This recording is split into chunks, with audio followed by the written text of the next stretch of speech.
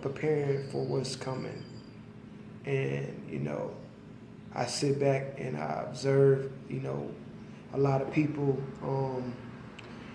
just the senseless things that, we buy, and, it's just senseless things that we spend our money on when we really don't plan for the future. And I'm not saying nobody does it, but for the most part, a lot of people in this day and age really don't try to prepare. If it was a power outage, do you have batteries in your flashlight? Do you have candles? Do you have a generator? Just small little things like that. A couple months ago, we had a bad ice storm in this area that I live in. Out of the three subdivisions that was in my area, one of them was without power for like 3 days. Like literally, they didn't have any power for 3 days. Just imagine what those people went through if they wasn't, trained to not live without a phone, not live without a TV. Do you have a generator? Did you have candles, flashlights, matches, lighters? Do you play board games? Do you do things with your family other than, just going out? Do you do things at home? You know what I mean? Because if something was to happen and you stuck in the house, how are you going to make the day go by? Some people don't read. Some people don't like to play family board games or interact with their loved ones that live in the particular house with them. So if you're cooped up in the house for, just a day, 2 days, some people might go insane because you're so used to going by on your day-to-day basis, whether you using your phone or you watching TV. Some people don't put their phone down and just say, you know what, I don't want to talk on the phone, I don't want to look at TV, I just want to, whether you meditate, you pray, you read, these are things that you need to be trying to prepare you and your family for now, because when these things hit, and a lot of people are going to be caught off guard. Just imagine if it's another natural disaster, and it hits where the few stations, reservoirs, whatever you want to call it, are located. So a lot of places wouldn't be able to get any gas or fuel, and if you don't have gas in your vehicles, or if you don't have gas cans, you can't, move around like you want to, or, that kind of puts you at a halt. If a gas station only got, 5 pumps working, and there's 20 pumps, but only 5 of them are working, just imagine the line is going to be there. You know what I'm saying? Just imagine that line. Just imagine if the food trucks that goes to these stores and replenish these stores is held up. Just imagine a line in these stores. You don't want to be in those stores. There's going to be chaos. People are going to be fighting over bread, eggs, milk. You don't really want to be in that last minute resort. You want to always have 2 weeks minimum of food stored. And all the food don't have to be freezer food. You know what I'm saying? Because what if you lose your power? Find other means of having, non-perishable foods. Because food this just for the freezer, the refrigerator goes out. I mean, if it's a power outage, how you gonna use that unless you got a cooler, but how many people really do that? The first thing people do when they go grocery shopping, the average person gets a lot of meat. They don't think about peanut butter and jelly, or I know a lot of people don't like sardines, and a lot of people don't like meat out of a can, or hey, some people you gotta do what you gotta do sometimes. I'm not an advocate of meat out of a can, but hey, you gotta survive out here. When you gotta do what you gotta do. I mean, it is what it is. How many people will go out there in their backyard and eat some weeds, some dandelions, or there's all kind of weeds that people don't really know about that you could actually eat. If you do your homework and do your research up on it, you could figure out that there's all kind of stuff that just grows in your backyard, from nature. The Creator created things in that magnitude that just grows, naturally by itself, and it's eatable. And a lot of people don't know that, because their mind is trained to only, eat certain things, So even like that, you got to be prepared. Do your research on certain, weeds and vegetables and fruits that are, that'll tie you over, because we live in a gluten, everybody is just, glutton. They just eat so much, Obesity is at an all-time high, and when the food is when it's a shortage, you're not gonna eat like that. So train your mind not to eat like that now. Why eat like a pig now, and then when it's a food shortage, you gotta basically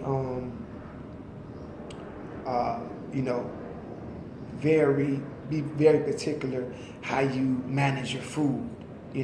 Why not do that now?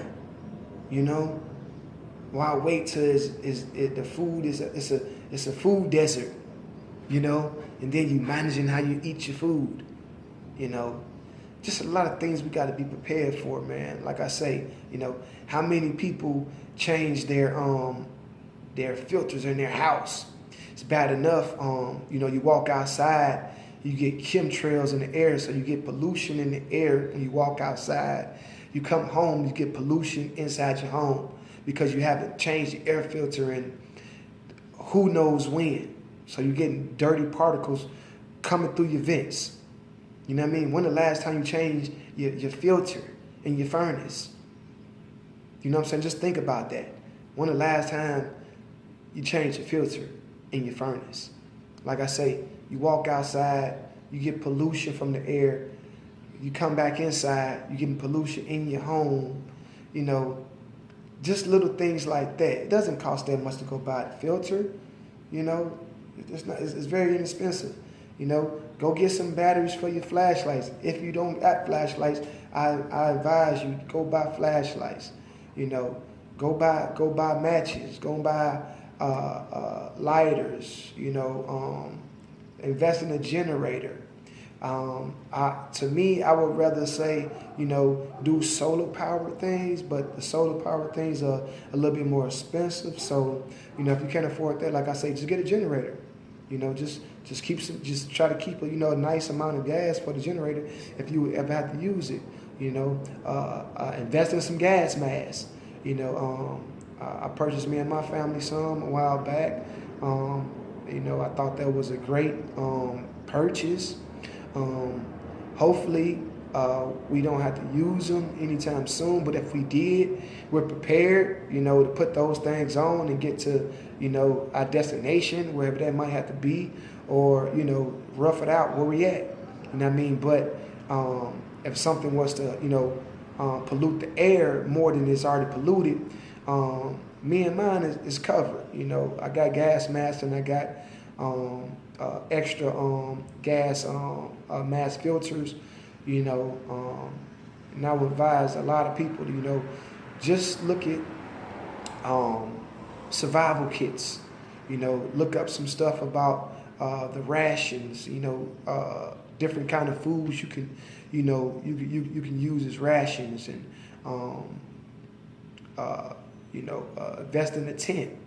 You know, go outside and just camp one night. You and your family. Look up, sleep up under the stars one night. Get your mind trained for something like that. Go out in nature. People are so scared to not, want to go in nature, and they want to stay inside. You complain about all winter when it's cold, and you complain about when it get hot. It's like, what do you want? Be thankful for the Creator, being able to have the seasons change like that for you to have the weather that you do have. It's always a complaint. It's too hot, it's too cold. Soon, the weather is not going to change. You're going to be wishing and praying that, it will change. Whether it's going to just be cloudy for 6 months, or it's just going to be sunny for 6 months. Just think about it. What if the weather never changed? What if the weather never changed? It was just always cloudy or always sunny. And when I mean sunny, I don't mean like it's just hot. I mean it's unbearable heat to where things can't grow, because if it's so hot like that, it's probably not going to rain. So, how are you going to grow things? That's why you need to be preparing yourself now. Figure out ways that you can, grow stuff in your home, or Google irrigation. Look out different ways of making sure if it ever did get to that particular point to where the sun never went away, it was just always hot, and it was just stopping a lot of stuff from growing. How would you sustain? Just some things to think about, man. Just trying to let people know you need to be prepared out here, man, for whatever's coming. What I'm saying? Don't wait till the last minute and try to figure it out. Look up some stuff now. If you can go on Facebook and Instagram and scroll up and down, do some research on survival stuff. You know what I mean? People go on these timelines or these feeds, and all they do is look up garbage. Take out some time and look up some stuff about, what do I need to have in my household if something was to happen? Can you purify your water? I got things that I can purify my water. I got things where I can test the water. Just little things that you can buy. And I got a long way to go, but I got, little things here and there. But, it's not about just going out and get just a whole lot of stuff right now. Try to, if you don't have the money, for it right now, get it in small increments, what I'm saying? Until you accumulate a nice amount, what I'm saying? You'd rather have some than none, But, like I say, this video is just basically talking about, are you prepared? Are you prepared? And you can fill in the blank. Like I say, are you prepared for a power outage, food shortage, um, gas shortage, natural disaster, martial law, um, you know, just anything, you know. Are you prepared for it? You know, and it doesn't take a lot. It really doesn't take a lot. You know, people waste money on the silliest things, and you know, I was telling a friend of mine, you know, um, try to invest in, you know, a little small generator, man. You know, the area he lives in the country, you know, it's always power outages, you know, because of the trees. There's so many trees down in the country, and when it rains bad or it's a bad storm, those trees fall on those power lines. And that's how it is when it storms real bad as far as the ice. You know, these are things people should be really looking into. You know, the area you live in, you know, where your power lines is at, you know, because when the power goes out, you know, that messes with your cell phone service. You know, you might have to go 2 or 3 blocks over to get a cell signal, because if it's a power outage in your neighborhood, I guarantee you don't have any cell service. You know, not in your house. You know, if your house is without power, you're not gonna have cell service. You know, you're gonna have to go, you know, a block or 2 over to get cell service, and you know, that's a video for another day about, you know, how the cell phones is hooked up to these, you know, these lines and all that, when they supposed to be hooked up, you know, to these cell phone towers or satellites, whatever this garbage they want to call it. But you know, just things like that you need to be thinking about. You know, do you have a secondary phone? You know, do you have a prepaid phone? You know, prepaid phones are very, very, very good in bad areas. You know, they work off the grid or whatever, something like that. Somebody was telling me, you know, they're not on the same grid, I think, as the regular cell phones. You know, something to look into. You know, again, but I'm not going to be all day with this video. Just trying to, you know, advise people. You know, get prepared though. You know, just get prepared. And like I said, you can fill in the blank. Once again, it's your boy, Ty Gemini. Shout out to all the guys and the goddesses, the kings and queens. Shout out to all my family, HOCC family. Shout out to everybody, man. Peace. One love.